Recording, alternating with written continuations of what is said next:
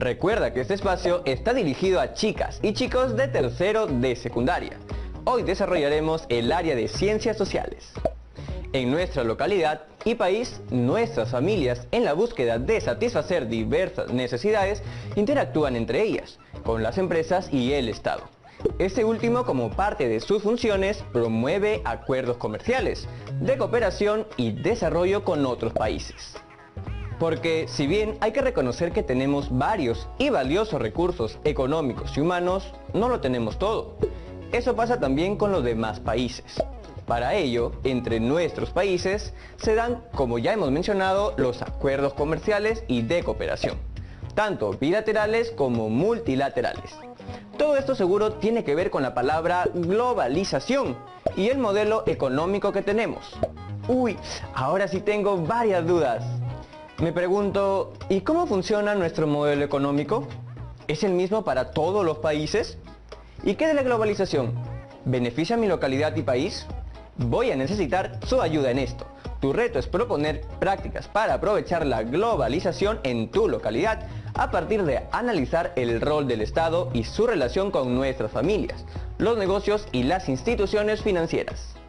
Para ayudarte a ello, te invito a ver los siguientes videos sobre globalización y modelos económicos. Siempre tengan a la mano lápiz y papel. Ahora sí, vamos con los videos. Imagínate que en mi casa tengo un huerto de zanahorias, es decir, tengo que regar, cosechar y abonar. Qué rico, así podría comer todos los días pastel de zanahoria, jugo de zanahoria, estofado de zanahoria. Creo que me aburriría un poco de la zanahoria. ¿Calla nuevo, viejo? Pero me acordé que mi vecino cultiva fresas, entonces puedo llegar a un acuerdo con él para intercambiar nuestros productos.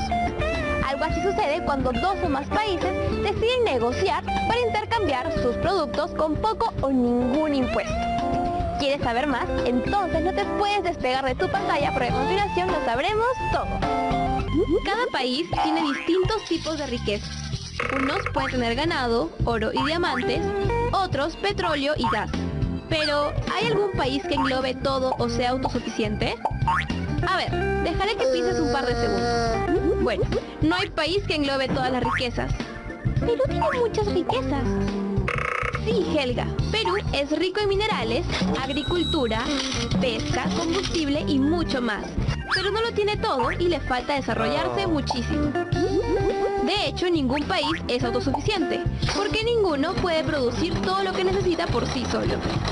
Por eso se necesitaba de tratados con otros países para comerciar bienes y servicios que les faltan. Esto sirvió de gran ayuda durante y después de la Segunda Guerra Mundial, donde la crisis económica, la escasez y el encarecimiento de los productos afectaron a muchos países. Así nacieron los TLC, o Tratados de Libre Comercio. ¡Qué paja!, ¿no? El TLC se puede dar entre dos o más países, que llegan a un acuerdo para reducir o eliminar impuestos. Pero también hay pactos para no perjudicar el mercado nacional. Esto también dio origen a los bloques económicos. Sí, te preguntarás, ¿qué es un bloque económico? Facilito. Son un conjunto de países que inician procesos de integración. Por ejemplo, tenemos a la Comunidad Andina, CAN, al Mercado Común del Sur, Mercosur, a la Unión Europea, UE, entre muchos otros en el mundo. ¡Asu!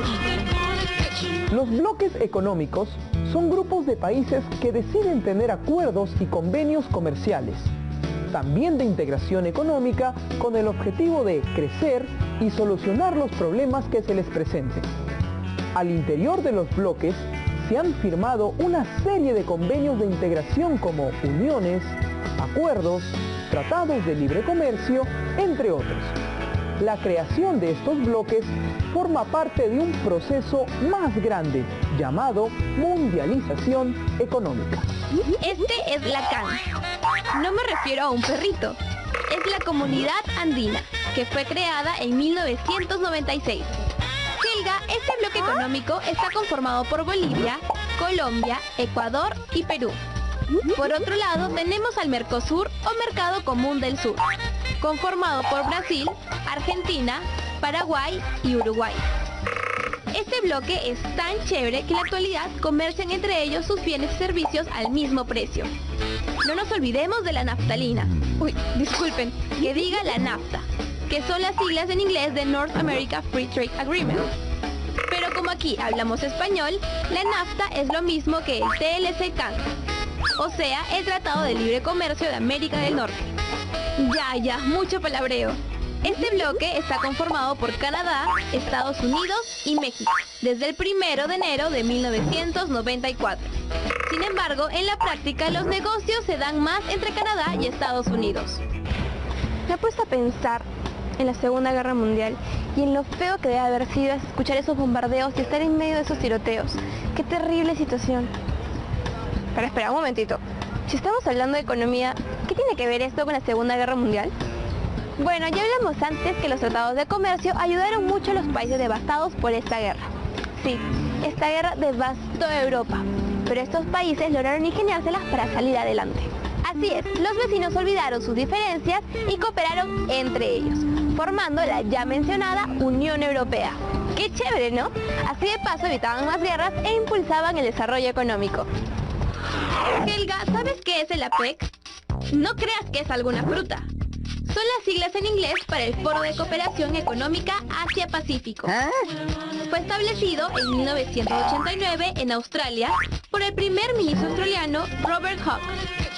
APEC no es un tratado o acuerdo de obligaciones. Así como lo dice nuestro querido Robert, a diferencia de otros foros conformados por varios países, en el APEC las decisiones se toman por consenso y los compromisos se asumen voluntariamente. Sí, Helga, te estarás preguntando ¿cuáles son las metas de este foro? Para comenzar, se orienta a hacer más flexible el comercio y la inversión entre los países que son miembros. Sí, es tan chévere que así se crea un ambiente eficiente de bienes y servicios. Un momento, ¿sabes cuántos países conforman el APEC? Mira todo lo sombreado en este mapa. ¡Son muchos! Pero para ser exactos tenemos a 21 países miembros, entre los que destacan Estados Unidos, Canadá, Australia y Nueva Zelanda. Pero tampoco hay que olvidar que el Perú es uno de sus miembros. Muy interesante. No me robe la pantalla, señor ministro. Los países miembros de APEC representan aproximadamente 41% de la población mundial. ¡Asu! Y no solo eso, la mitad de las 10 economías más grandes del mundo son miembros de este foro. Hay otros organismos económicos internacionales que sirven como foros de discusión y acuerdo entre diversos países. Por ejemplo, está el Fondo Monetario Internacional, está el Banco Mundial, que financia proyectos en los países menos desarrollados. Y no nos olvidemos de la Organización Mundial de Comercio, que promueve acuerdos para favorecer el comercio entre países. Hoy en día es más fácil relacionarse con personas de todo el mundo, gracias a la mejora de las comunicaciones. Así se logra la globalización. Pero como todos sabemos, el Internet es una de las herramientas que ha ayudado a la globalización. Imagínate el mundo sin Skype, sin Twitter o sin Facebook. ¡No! Es que antes las comunicaciones eran más lentas o más caras. Sí, pues Helga, hacer una llamada a otro país podía costarte un ojo de la cara. Cuidado que te quedes tuerta. Hoy se conoce casi de manera inmediata lo que sucede al otro lado del mundo. Algo fundamental para la realización de empresas. Pero un momento. Helga, ¿has escuchado de la globalización económica? En la actualidad, las relaciones económicas entre los países es cosa de todos los días y de manera inmediata. Sí, como la velocidad del rayo se planifican las actividades económicas. Así es posible comprar desde distintas partes del mundo. También controlar las actividades de las sedes de una empresa. Sedes que pueden estar en la China o en la Conchinchina, manejadas solo con un clic. Lo malo es que tiene sus cosillas negativas. Por ejemplo, las industrias de países pobres no son tan fuertes para competir con las grandes industrias de países como Estados Unidos o de Europa. Como consecuencia, esto puede generar más pobreza o desigualdades económicas. Algunos países son más beneficiados de la globalización que otros. Por un lado, los beneficios de la globalización combaten la pobreza. Sin embargo, los países menos desarrollados no pueden realizar todas las reformas, ajustes o reajustes necesarios para competir con países más desarrollados. Cada país tiene distintos tipos de riquezas Pero no hay país que englobe todas las riquezas o sea autosuficiente. Por eso se necesitaba de tratados con otros países, para comerciar bienes y servicios que les faltan. El libre comercio entre países sirvió de gran ayuda durante y después de la Segunda Guerra Mundial, donde la crisis económica, la escasez y el encarecimiento de los productos afectaron a muchas naciones. Así nacieron los TLC, o Tratados de Libre Comercio.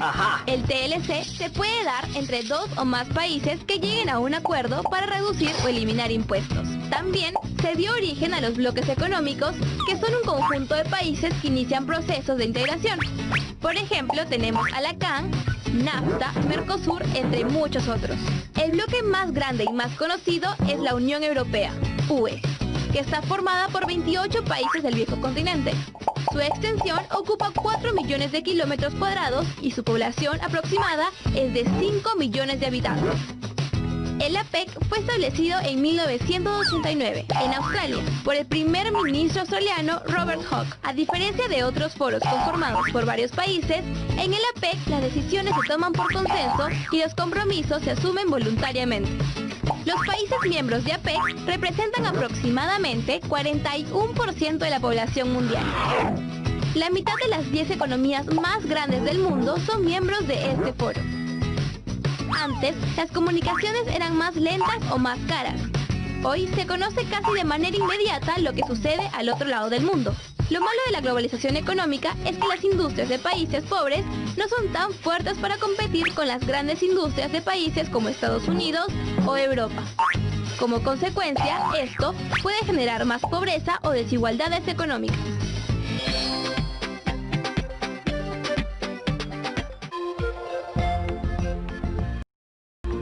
En el mundo existen países desarrollados, otros no tanto y también muy pobres. ¿Pero qué tendrían que hacer estos países que están en cola? La respuesta no es tan sencilla. Una de sus medidas sería aplicar un modelo adecuado. Bueno, este modelo no. Me refería a un modelo económico. De la aplicación y éxito de ese modelo, un país puede mejorar económicamente. ¡Qué chévere!, ¿no? La economía es muy, pero muy compleja. No es como jugar Monopolio en una tarde familiar. Yo compro 2 casas.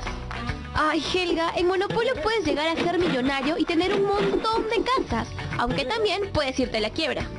Pero la economía no es un juego, sobre todo si se trata de manejar la economía de toditito un país.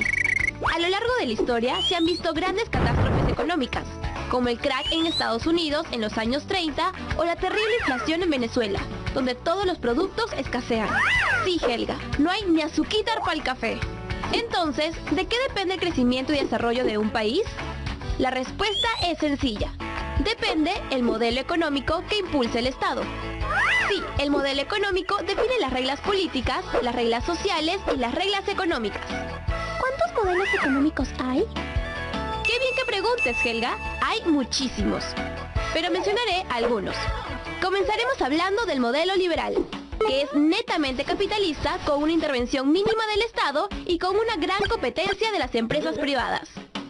Luego está el modelo centralizado, donde el Estado planifica y controla toda actividad económica. Y también está el modelo mixto, donde la empresa privada y la empresa estatal tienen la misma importancia para generar riqueza. Los modelos económicos deben ser transparentes como el agua cristalina, porque sus reglas tienen que estar a la vista de todos. Y estas reglas deben aplicarse por igual, aunque en la práctica suele haber distorsiones o vacíos. Hay estudiosos que han analizado los distintos modelos económicos e incluso han dado grandes aportes. Tenemos a Milton Friedman y a Paul Samuelson, 2 importantes economistas que han recibido el premio Nobel por sus contribuciones. En Estados Unidos se aplica el modelo económico liberal, que está basado en el capitalismo. Helga, ¿adivinas desde cuándo? Pues desde el siglo XIX. ¡Hace un montón de tiempo! Sí, a diferencia de muchos países que se cambiaban de modelo económico, como es el caso de Argentina. El modelo económico de Estados Unidos se comenzó a impulsar con la llegada de una gran cantidad de migrantes. Se construyó el ferrocarril y sobre todo crecieron las industrias, lo que cuadruplicó las exportaciones entre 1860 y 1900. ¡Definitivamente Estados Unidos manejó bien su economía, porque se convirtió en líder mundial en la producción de acero. Pero además, su extenso territorio sirvió de mucho, porque tenía un montón de recursos naturales. Pero no se quedó ahí, sino que realizó grandes inversiones en investigación e innovación tecnológica. Al convertirse en una potencia, su moneda se volvió muy importante. Mira, estos son los dólares. Imagino que ya los conocerás. ¡Qué buena guiñada! Esta moneda se consolidó a nivel mundial para hacer todo tipo de compra y venta. O sea, puedes estar en cualquier parte del mundo y el dólar será aceptado como medio de pago. Helga, pero no creas que todo era color de rosas en el país del tío Sam, porque la prosperidad no eliminó las desigualdades económicas ni la pobreza de un importante sector de la población. Además, a lo largo de su historia ha tenido varias crisis económicas. Ay, perdón, es que estaba haciendo mi presupuesto mensual, porque luego me queda ajustada y ya no tengo nada para fin de mes. ¿Y tú? ¿Ya has hecho tu presupuesto? Sí, es igual con una nación, que tiene un presupuesto anual, el cual tiene que gastar en obras como carreteras, hospitales, educación y muchas cosas más. Pero si la economía anda muy mal, el Estado tendrá que pedir préstamos a otros países. Y los intereses crecen y crecen y crecen. Ay, qué miedo tener que pagar una deuda tan grande, ¿verdad? En Sudamérica se han utilizado distintos modelos económicos. Por ejemplo, en Perú, en los tiempos de Juan Velasco Alvarado, se utilizó el modelo de desarrollo nacionalista, donde se estatizaron empresas, controlaron los precios, se limitó la importación de productos, entre otras muchas medidas que no tuvieron resultados tan felices. Mientras que en Cuba se utilizó el modelo socialista. Sí, después de derrocar al presidente Fulgencio Batista, se adoptó este modelo en la isla, donde casi todos ganan la misma cantidad de dinero. Además, se repartieron a los campesinos las tierras agrícolas. En Cuba hay buenos doctores. Así es, Cuba es una isla donde salen doctores muy buenos. Lo malo es que ganan bien poquito. Por eso muchos profesionales prefieren irse de su país para tener mejores oportunidades. Ahora nos vamos a Argentina, donde se aplicaron muchos modelos económicos desde su independencia. Por ejemplo, el modelo agroexportador, el modelo de sustitución de exportaciones y el modelo de apertura económica. Helga, parece que no se han puesto de acuerdo con los modelos. Primero veremos este, el modelo agroexportador, que es algo antiguo. En ese entonces, construyeron haciendas que producían carne y granos para la exportación. Con este modelo se establecieron lazos comerciales con Inglaterra, que siempre les compraban productos a los argentinos. ¡Che! ¡Nuestro producto es el mejor del mundo! Profe, ¿nos puede decir algo más? A fines del siglo XIX se inició la llamada Conquista del Desierto, donde integró a Argentina grandes extensiones de territorios, arrebatados a las poblaciones aborígenes, donde se constituyeron las haciendas productoras. Se crearon poco a poco industrias, lo cual aumentó la demanda de la mano de obra. Por esta razón, llegaron migrantes europeos que reforzaron el mercado. A la Argentina llegaron migrantes europeos, principalmente italianos y españoles atraídos por la creciente industria de ese país. Y mientras Marco buscaba a su mamá, el crecimiento económico era de un promedio de 5% anual hasta inicios del siglo XX. Por esta razón, se convirtió en una de las economías más importantes del mundo. Y bueno, somos lo máximo. Ah, pero tuvieron una crisis económica entre 1929 y 1930, donde disminuyeron las exportaciones. Por eso los argentinos se enfocaron en el mercado interno, con el modelo de sustitución de importaciones. Allí, el Estado comenzó a intervenir más y más en la economía. En todo ese periodo, la clase obrera se fortaleció un montón, por las constantes protestas de los trabajadores. Si no hay solución, la huelga continúa. Si no hay solución, la huelga continúa. Justamente en 1976 se produjo un golpe de Estado y otra vez se cambió el modelo económico. Helga, ¿sabes cómo se llamó este nuevo modelo?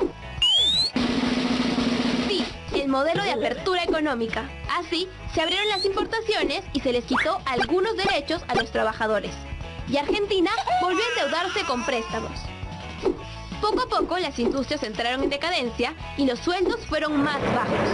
Al final, todo esto provocó más crisis, la moneda comenzó a perder su valor y los precios subieron. ¡Uy, qué mal!